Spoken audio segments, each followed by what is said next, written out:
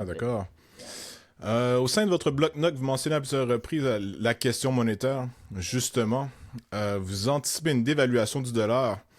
Sous Donald Trump en particulier, Trump lui-même a d'ailleurs déclaré qu'il souhaite une dévaluation du dollar. Comment est-ce que Trump pourrait-il réussir à forcer une telle dévaluation? Quelles en seraient les raisons d'ailleurs?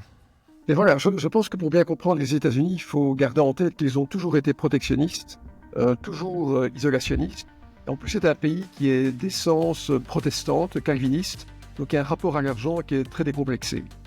Euh, les Américains sont un pays, ne remboursent jamais leurs dettes, c'est un pays extrêmement endetté, c'est un pays qui a un déficit budgétaire gigantesque alors qu'il est quasiment proche du plein emploi, et Trump veut absolument continuer à creuser ce déficit budgétaire, notamment par des baisses d'impôts.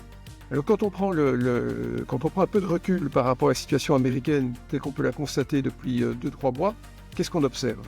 On observe d'abord des droits de douane, alors qui sont instables, mais néanmoins qui vont persister, ce qui conduit à rendre le dollar plus cher, plus onéreux, et ça conduit aussi bien sûr à importer de l'inflation aux États-Unis. On a les programmes fiscaux qui vont eux-mêmes contribuer à apporter de l'inflation aux États-Unis.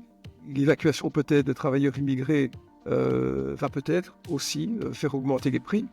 Et donc, on a une situation qui est contradictoire, puisque Trump veut un dollar faible pour stimuler la capacité d'exportation des États-Unis, mais toutes les mesures qui sont prises maintenant sont de nature à créer de l'inflation, et donc, normalement, à conduire la Federal Reserve à contrôler cette inflation par une politique de taux d'intérêt.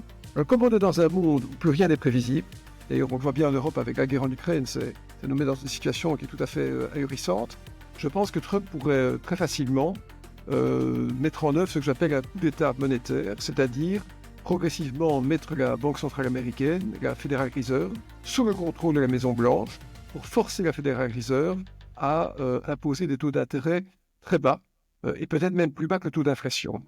Si c'était le cas, bien sûr, ça susciterait encore un peu plus d'inflation aux États-Unis et ce serait compensé par un coût d'endettement moindre et surtout ça bouleverserait les équilibres internationaux.